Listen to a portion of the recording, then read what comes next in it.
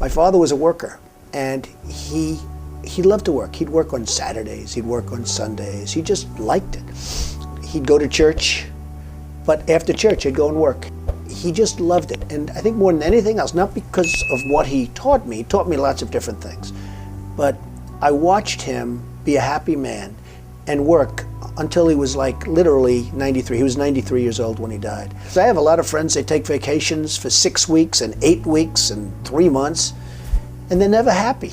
So I watched my father, so I like to work. And you have some kids that aren't so smart that work very hard that do very well. I mean, I've seen it many times.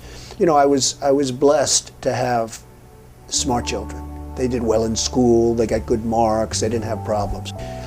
But a lot of that was early upbringing. I'd always say to them, no drugs, no alcohol, no cigarettes. I'd drive them crazy. I'd say every time they'd leave, no drugs, no alcohol, no cigarettes. Repeat after me. But I'd drum it into their heads. And you know, you have to get through those artificial barriers.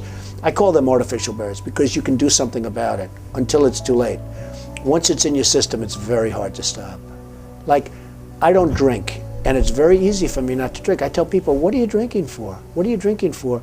I had a brother, Fred, who was sadly an alcoholic, a serious alcoholic. He was much older. He was 10 years older than me, 11 years older than me, and he was as good-looking a guy as you've ever seen. He had everything going, the best personality.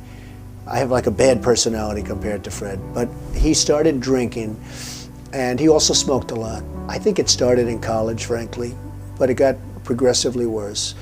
And he was really unable to stop, and he'd always tell me, don't you ever drink, and don't you ever smoke. He'd add the smoking in because he smoked and he drank.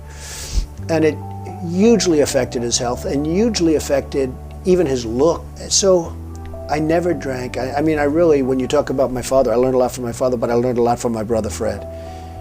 And he set an example. It wasn't maybe the example that people would think, but it really was, in its own way, an example. I've spent my entire life in business looking at the untapped potential in projects and in people all over the world. And I didn't like seeing that.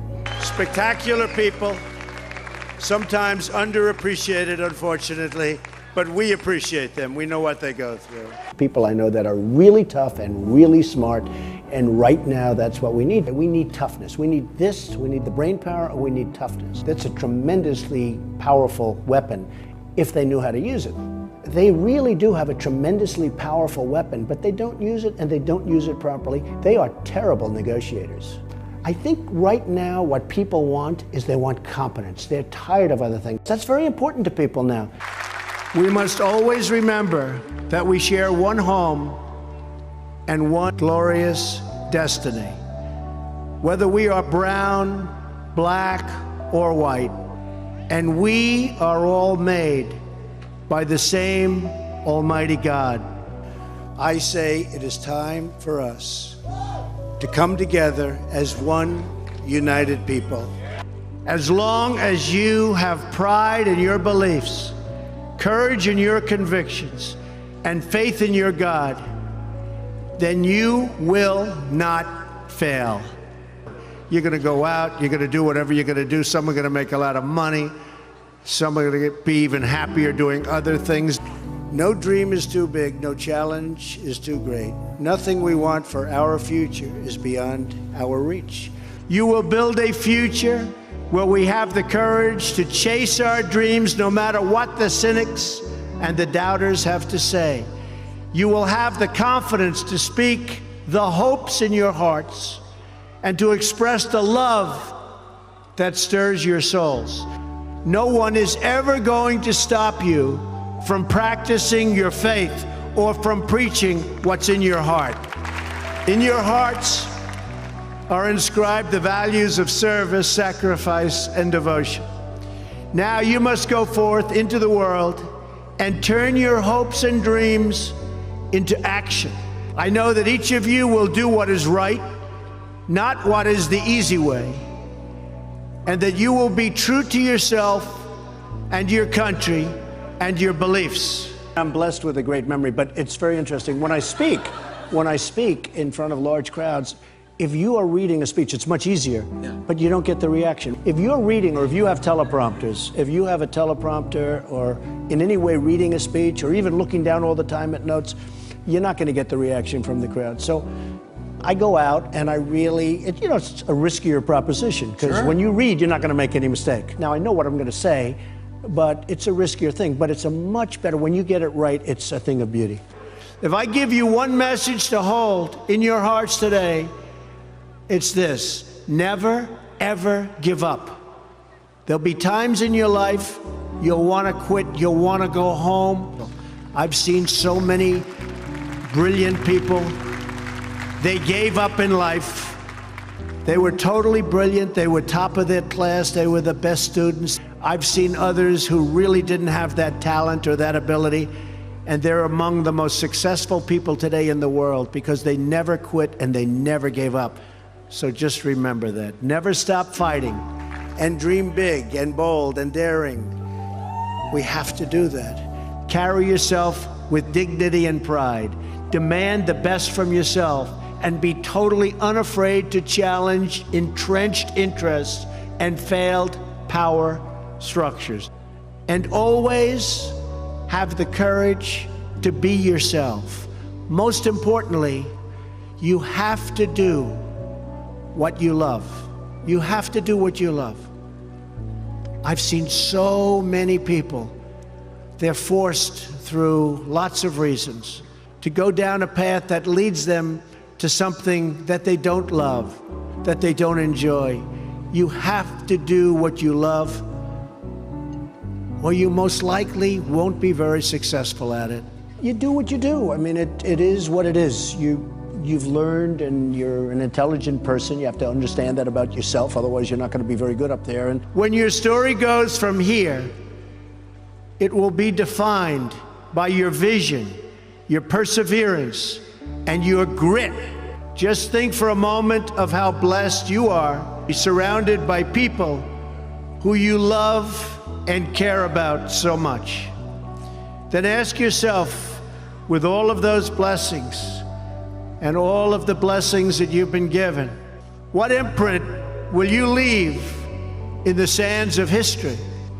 Following your convictions means you must be willing to face criticism from those who lack the same courage to do what is right.